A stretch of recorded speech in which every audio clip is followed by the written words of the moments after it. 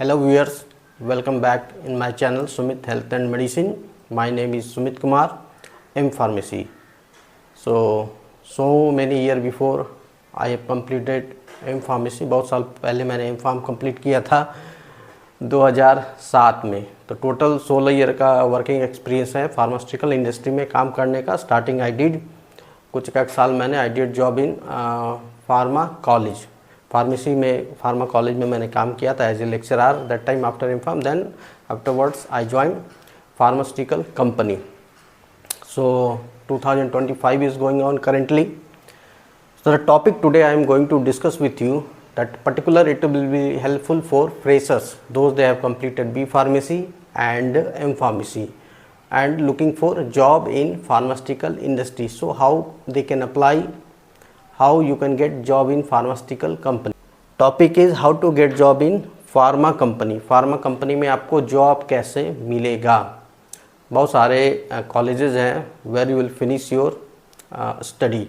B pharmacy आप लोग finish करेंगे, एम फार्मेसी आप लोग फिनिश करेंगे, but campus placement that too particular regarding pharmaceutical industry, pharma company के संबंध में कुछ ही कॉलेज में होते हैं कैंपस प्लेसमेंट, जहाँ से वो फार्मास्यूटिकल इंडस्ट्री सीधे हायर करते हैं। तो ऑल ओवर इंडिया के सेंस में बात कर रहा हूँ कि pharmaceutical company I have never seen that वो सारे जितने फार्मेसी कॉलेज वहाँ विजिट करते हैं और वहाँ से वो रिक्रूट करते हैं, हायर करते हैं। फार्मास्यूटिकल इंडस्ट्री के केस में बात कर रहा हूँ, not regarding pharmaceutical marketing, that is separate, that I am not going to discuss here. उसके बारे में बात नहीं कर रहा हूँ मैं। फार्मास्यूटिकल कंपनी इंडस्ट्री के बारे में बात कर रहा हूँ। मैन्युफैक्चरिंग प्लांट जहाँ पर दवाइयाँ बनती हैं, चाहे टैबलेट हो, कैप्सूल हो, अदर डिफरेंट डोजेस फॉर्म हो। प्लेसमेंट कंपनियाँ तो आती नहीं हैं, तो फिर आपको जॉब कैसे मिलेगा। 99% कॉलेज का यही हाल है पूरे इंडिया में। तो डिग्री तो आपने ले ली, 4 साल पढ़ाई करके बी फार्म की डिग्री ले ली। देन उसके बाद यदि एम फार्म किया, 2 साल ऑल इन्वेस्ट किया आपने, एम फार्म की डिग्री ले ली, but you don't have job now. और आपको इंटरेस्ट है फार्मास्यूटिकल इंडस्ट्री में काम करने का, तो आपको जॉब कैसे मिलेगा। यदि आप सोच रहे हैं कि घर बैठे हुए आप, जैसे naukri.com वेबसाइट है और भी दूसरे वेबसाइट हैं, उस पर अपना रिज्यूम बनाएंगे, रिज्यूम फॉरवर्ड करेंगे, then you will get interview call from particular company. That is very rare, exceptional. 99.9% chances you will not get any answer from that side. उधर से कोई आंसर नहीं मिलेगा, कोई कॉल इंटरव्यू के लिए नहीं मिलेगा। Why? Because you are freshers. The thing is you are freshers. Why I am telling you are freshers? One main big loophole is there in our pharma college के अंदर। बहुत बड़ा एक लूप होल है। बी फार्म करते हैं या M pharm करते हैं, because I have done, I went through it, so मुझे पता है क्या लूप होल है यहाँ पे। उसके बारे में सबसे पहले पता करता हूँ फ्रेशर्स को इतनी प्रॉब्लम क्यों होती है, दिक्कतें क्यों आती है फार्मा कंपनी में जॉब को लेकर। जब बी फार्म कंप्लीट करते हैं उसके बाद उसमें इंटर्नशिप के नाम का कोई ऐसा नहीं होता है, अप्रेंटिस उसको आप बोल लें। जैसे एमबीबीएस करने के बाद इंटर्नशिप करते हैं 1 साल के लिए, किसी भी अस्पताल में काम करना, सरकारी अस्पताल में। देन वो मरीज को देखेंगे, क्या ऑब्जर्वेशन है, क्या ट्रीटमेंट देना है, लाइन ऑफ ट्रीटमेंट XYZ, तो वो एक्सपीरियंस होता है। फार्मा कंपनी में ऐसा नहीं कि बी फार्म करने के बाद आपको 1 साल फार्मा कंपनी में काम करना है, चाहे प्रोडक्शन में काम करो, QA QC, packing, F&D R&D, कहीं भी ऐसा कुछ भी नहीं है। दूसरा क्या है, फार्मा कंपनी का जो काम करने का तरीका बिल्कुल अलग है। Batch manufacturing record, batch packing record, company के layout, gowning procedure, SOP standard operating procedure जो क्या होता है, इससे रिलेटेड कुछ भी प्रैक्टिकल में बी फार्म के कुछ भी प्रैक्टिकल करेंगे उससे कोई भी कोरिलेट नहीं होता है उतना। Hardly you can correlate with practical, hardly 10% to 15%. That too it will be useful in only regarding QC department में। जैसे आप डाइल्यूशन बनाते हो, 2% 5% सॉल्यूशन आप बनाते हो, तो उतना ही आपको यूज़फुल रहेगा। थोड़ा बहुत ज़्यादा मतलब प्रैक्टिकल दृष्टि से बात कर रहा हूँ, not about theory. Practical point of view से उतना एक्सपोजर नहीं रहता है, आपको काम करने का तरीका नहीं पता है, वहाँ पे कैसे काम होते हैं। मशीन के सामने गए नहीं, वहाँ पे टैबलेट पंच मशीन के सामने बड़े बड़े ग्रैनुलेटर होते हैं, जो ग्रैनुल बनते हैं वहाँ पे then coating machine, you don't have idea, एक साथ कोटिंग हो रहे हैं, उसमें 200 किलो टैबलेट का, 500 किलो टैबलेट का कोटिंग, पेन की साइज़ क्या है, प्रैक्टिकल में ऐसा कुछ है ही नहीं है, वो किया ही नहीं है, तो उसका एक्सपोजर नहीं होता है। तो इसके कारण क्या है, फार्मास्यूटिकल कंपनी फ्रेशर्स को लेने से हेजिटेट करती है। The big reason is here, और ये बहुत बड़ा लूप होल है, बहुत बड़ा ड्रॉबैक है इंडिया में। इसके लिए भारत सरकार को ध्यान देना चाहिए, या PCI pharma council of India, वो यदि मान्यता देती है फार्मेसी कॉलेज को, उसको इस पे ध्यान देना चाहिए। 1 ईयर इंटर्नशिप तो मस्ट करना चाहिए, क्योंकि 1 साल आप किसी भी डिपार्टमेंट में काम कर लेंगे, चाहे प्रोडक्शन हो, पैकिंग हो, QA हो, QC हो, किसी भी डिपार्टमेंट में, तो उसका आपको नॉलेज आ जाएगा, एक्सपोजर आ जाएगा, काम क्या करते हैं। तो when ever you will go, आपने मान ली QA में काम किया है, क्वालिटी एश्योरेंस में, चाहे IPQ में किया, इन प्रोसेस क्वालिटी इंश्योरेंस, या डॉक्यूमेंटेशन में किया, अलग अलग जिसमें किया, मान लो डॉक्यूमेंटेशन में गया है और उसमें किया, तो आपको डॉक्यूमेंटेशन आता है, आप किस किस तरह के डॉक्यूमेंट बना सकते हैं, SOP बनाना रहता है, ये सारी चीज़। IPQ में काम किया तो आपको IPQ के क्या रोल होते हैं QC डिपार्टमेंट में, वहाँ पर लाइन क्लियरेंस कैसे देना है, क्वालिटी टेस्टिंग कैसे करनी है, प्रोडक्शन वाले करते हैं, आपको क्रॉस वेरीफाई कैसे करने, कौन कौन से प्रोसीजर होते हैं, तो बहुत सारी चीज़ रहती है इन प्रोसेस चेक करने के लिए, वेरीफाई करने के लिए, डॉक्यूमेंट कैसे वेरीफाई करना है, वो सारी चीज़ें आपको पता रहेंगी। तो उससे रिलेटेड यदि क्वेश्चन पूछते हैं तो you will be able to answer. So you will be able to answer. Company में काम किया है, वहाँ पे उसका इन्वायरमेंट, एटमॉस्फेयर आपको पता है, क्योंकि कॉलेज में तो क्या है, मस्ती वाली लाइफ होती है। इंडस्ट्री में जाएंगे 8-8 घंटे काम करना है, समटाइम 12-12 घंटे काम करना है, नाइट शिफ्ट भी लगती है, तीनों टाइम में शिफ्ट लगती है, तो उसमें वो एक तरह से एडजस्ट हो जाते हैं, लड़के जो स्टूडेंट है एडजस्ट हो जाते हैं, तो उन्हें कोई दिक्कत नहीं होती है।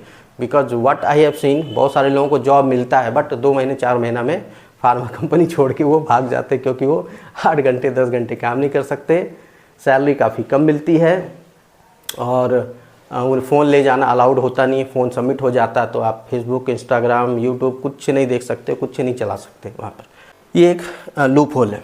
अब आप जॉब ढूंढेंगे कैसे, आपको ढूंढना है तो ऑनलाइन तो माध्यम है नहीं, तो 2 ही माध्यम बचते हैं वहाँ पर जॉब ढूंढने के लिए।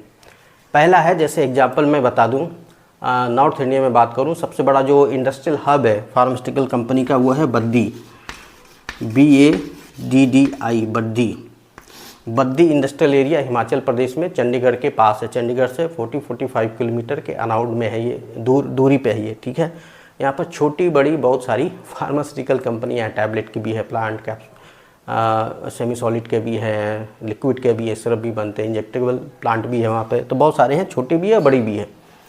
तो बद्दी में जाकर आप ट्राई कर सकते हैं। तो आप चंडीगढ़ जाइए, ट्रेन से पहुँच जाइए, बस से पहुँच जाइए। दिल्ली से चंडीगढ़ 4 घंटे का रास्ता है।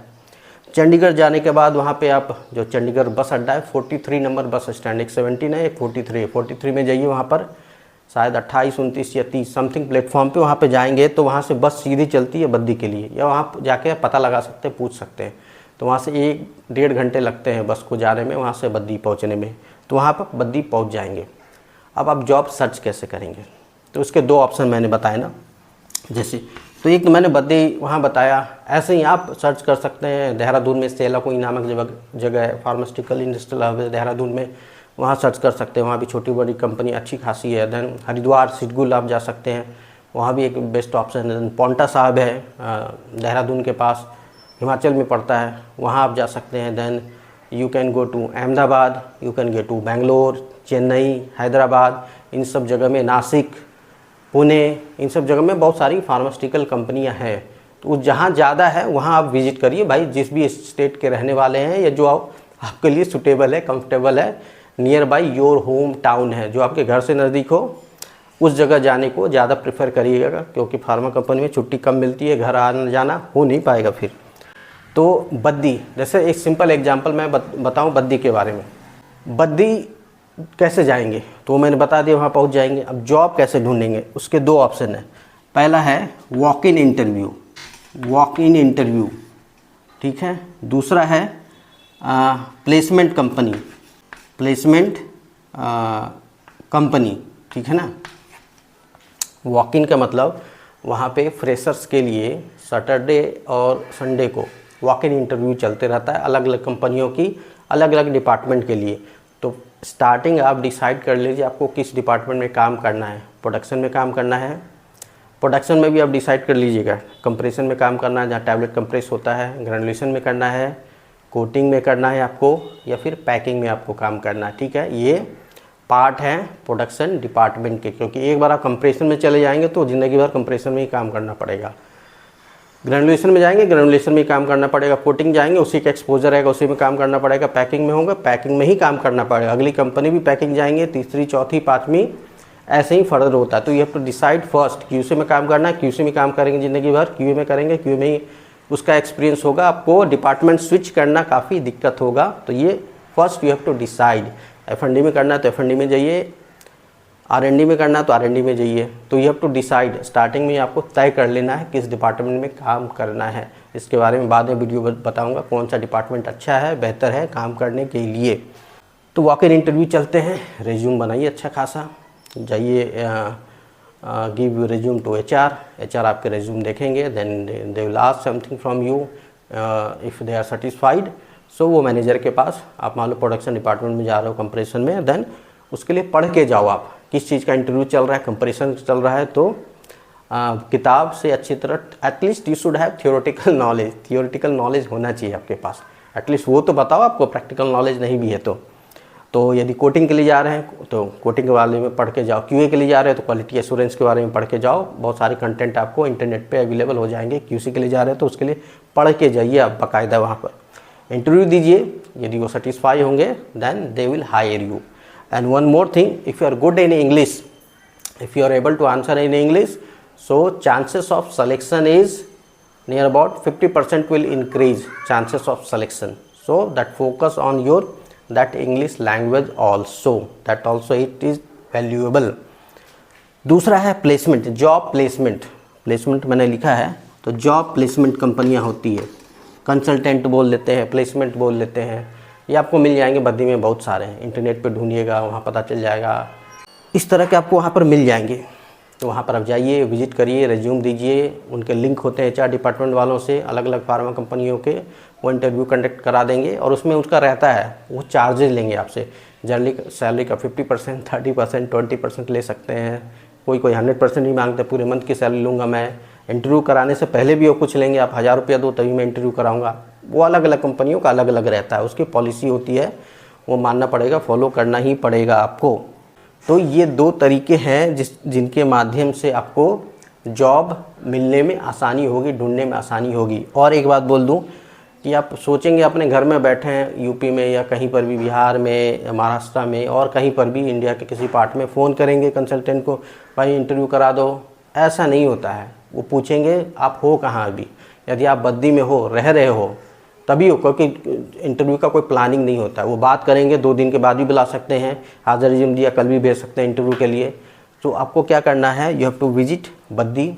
वहाँ पे बहुत सारे बॉयज़ हॉस्टल हैं, गर्ल्स हॉस्टल हैं, जो लड़कियाँ हैं वहाँ जाइए, वहाँ रहिए वहाँ पर। ठीक है, मंथली मिल जाता है 6000, 7000, 8000 अलग अलग हैं वहाँ पे हॉस्टल बने हुए।